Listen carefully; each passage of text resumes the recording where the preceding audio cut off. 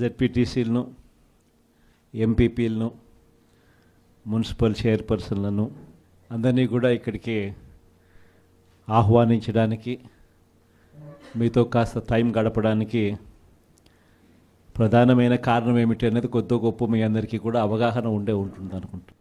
ఈ ప్రభుత్వం వచ్చి ఇప్పటికి దాదాపుగా 6 నెలలు అయిపోయింది. మామూలుగా పాలన చేస్తే ప్రజల్లో వ్యతిరేకత కొద్దో గొప్ప ఈ మేరకు ఉంటుందా, కానీ ఫస్ట్ టైం ఇలాంటి ప్రభుత్వం చూస్తూ ఉన్నాం.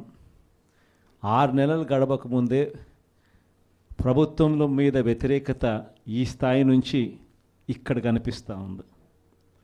ఈ రోజుకి కూడా మన జెడ్పీటీసీలు కానీ, మన ఎంపీటీసీలు కానీ, మన సర్పంచులు కానీ, ఎవరైనా కూడా ఏ గ్రామంలో అయినా కూడా, ఏ ఇంటికైనా కూడా గర్వంగా తలెత్తుకొని పోగలుగుతాం.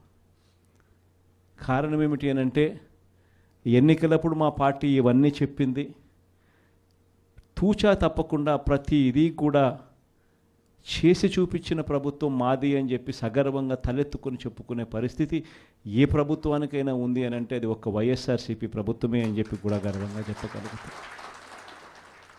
నిజంగా దాని క్యాంపెయిన్ మనం ఎంత తీవ్రమైన క్యాంపెయిన్ జరిగింది అన్నది ఒకసారి గమనించినట్లయితే, ఏ ఇంటికి ఎవరు పోయినా కూడా తెలుగుదేశం వాళ్ళు, తెలుగుదేశం ఎమ్మెల్యే నుంచి, తెలుగుదేశం కుటుంబ సభ్యుల నుంచి, తెలుగుదేశం పార్టీ కార్యకర్తల దగ్గర నుంచి ఎవరు పోయినా కూడా ప్రతి ఇంటికి వాళ్ళు చెప్పిన మాట, ఇంట్లో ఎవరు కనపడినా కూడా, చిన్నపిల్లలు కనపడితే స్టార్ట్, నీకు 15,000, నీకు 15,000, నీకు 15,000, సంతోషమా? అంతకన్నా కొద్దాం, అంతకన్నా కొంచెం పెద్దోళ్ళు, తల్లులు కనిపిస్తే చాలు, అమ్మలు కనిపిస్తే చాలు, నీకు 18,000, నీకు 18,000, నీకు 18,000, సంతోషమా? అంతకన్నా ఇంకా కాస్త పెద్దోళ్ళు, ఆ అమ్మలకు సంబంధించిన పెద్దమ్మలు, వాళ్ళ అత్తగారు కనిపిస్తే చాలు, నీకు 48,000, నీకు 48,000, నీకు 48,000, సంతోషమా? 20 ఏళ్ళ పిల్లోడు ఇంట్లో నుంచి బయటకు వస్తే చాలు, నీకు 36,000, నీకు 36,000, నీకు 36,000, సంతోషమా?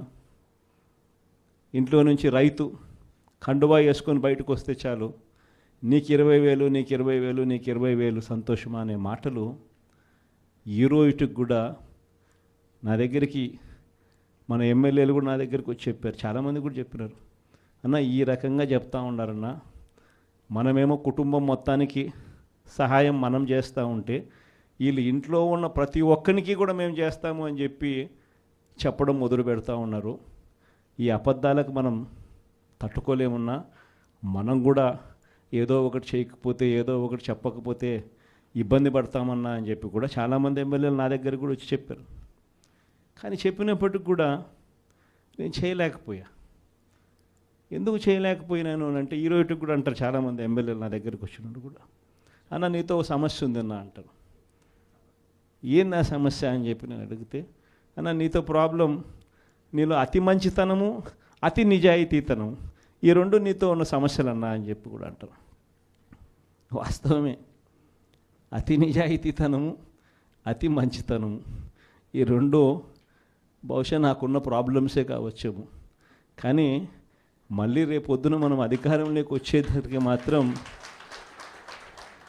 మళ్ళీ అవే కారణాల వల్లే మళ్ళీ మనం రేపొద్దున అధికారంలోకి వస్తామన్న మాట కూడా అంతే వాస్తవం.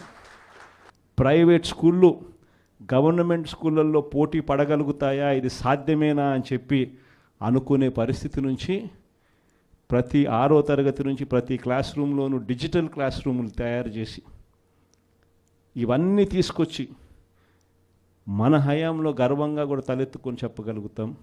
ప్రైవేట్ స్కూళ్ళు గవర్నమెంట్ స్కూళ్ళతో పోటీ పడే పరిస్థితి వచ్చింది అని అంటే అది ఒక్క వైఎస్ఆర్సీపీ హయాంలో మాత్రమే. వసతి దీవెన గాలికి ఎగిరిపోయింది. పిల్లలను ఈరోజు చదువుకునే దానికోసం ఇంజనీరింగ్ కాలేజీలో యాజమాన్యాలు, మీరు ఫీజులు కట్టకపోతే మీరు చదువుకునే దానికి మేము ఒప్పుకోము, ఫీజులు తీసుకొని రండి అని చెప్పి పిల్లల్ని ఇంటికి పంపిస్తూ ఉన్న పరిస్థితులు ఈరోజు కనిపిస్తూ ఉన్నాయి. వైద్య రంగం పరిస్థితి కూడా అంతే దయనీయంగా ఉంది.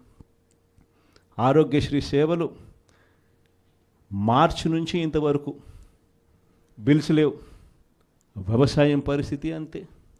ఆర్బీకేలు స్థాపించి ఈ క్రాప్ పెట్టి ట్రాన్స్పరెంట్గా పారదర్శకంగా ఉచిత పంటల బీమా అమలు చేసి దళారీ వ్యవస్థ అనేది లేకోకుండా ఆర్బీకేల ద్వారానే పంటలు కొనుగోలు చేసి ప్రతి రైతుకు తోడుగా అండగా నిలబడే కార్యక్రమం మనం చేస్తే ఈరోజు ఏ రైతు ధాన్యం కొనుగోలులో ఏ రైతుకు కూడా కనీస మద్దతు ధర రాని పరిస్థితిలో ఈరోజు వ్యవసాయం చేస్తూ ఉన్న పరిస్థితులు ఈరోజు కనిపిస్తూ ఉన్నాయి.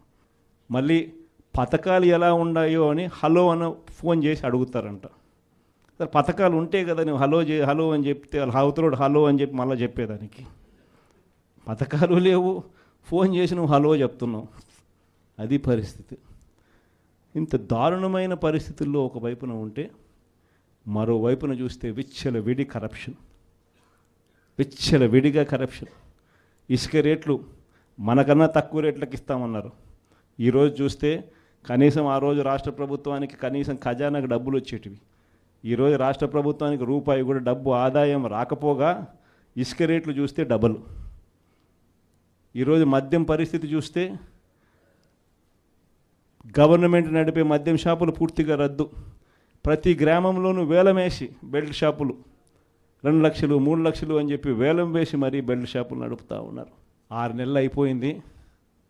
ఇక మనం కూడా ప్రజల తరపున నిలబడాల్సిన సమయం వచ్చింది అని చెప్పి గట్టిగా కూడా మళ్ళీ చెయ్యి కలిపి పనిచేయాలి అని చెప్పి చెప్పడానికి మళ్ళీ మిమ్మల్ని అందరినీ కూడా ఇక్కడికి రమ్మని చెప్పడం జరిగింది. నా ప్రోగ్రాం సంక్రాంతి తర్వాత నా ప్రోగ్రాములు కూడా జిల్లాల్లో స్టార్ట్ అవుతుంది. నేను కూడా సంక్రాంతి అయిపోయిన తర్వాత జనవరి 3వ వారం నుంచి జనవరి చివరిలోనో జనవరి 3వ వారం నుంచో నా ప్రోగ్రాములు కూడా జిల్లాల్లో స్టార్ట్ అవుతాయి. నేను కూడా ప్రతి జిల్లాలోనూ అక్కడే నిద్ర చేస్తా. ప్రతి బుధవారం ప్రతి గురువారం ఒక్కొక్క పార్లమెంట్లో 2 రోజులు 2 రాత్రులు అక్కడే పడుకుంటా. 3 రోజులు 3 నియోజకవర్గాలు, మరుసటి రోజు గురువారం మరో 4 నియోజకవర్గాలు కార్యకర్తలతోనే మమేకమయ్యే కార్యక్రమాలే చేస్తాం.